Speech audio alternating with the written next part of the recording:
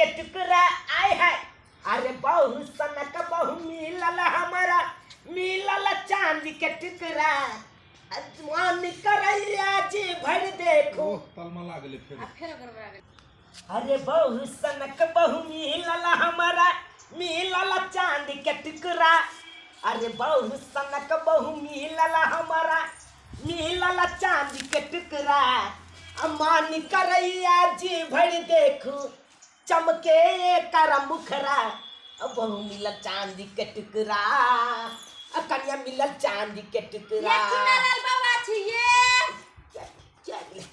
बुझाई दे रहा है कि कोई गांव के लोग आया है देखने के लिए। अच्छा। ए ना करिए क्या ये ओरे ओरे भाग गया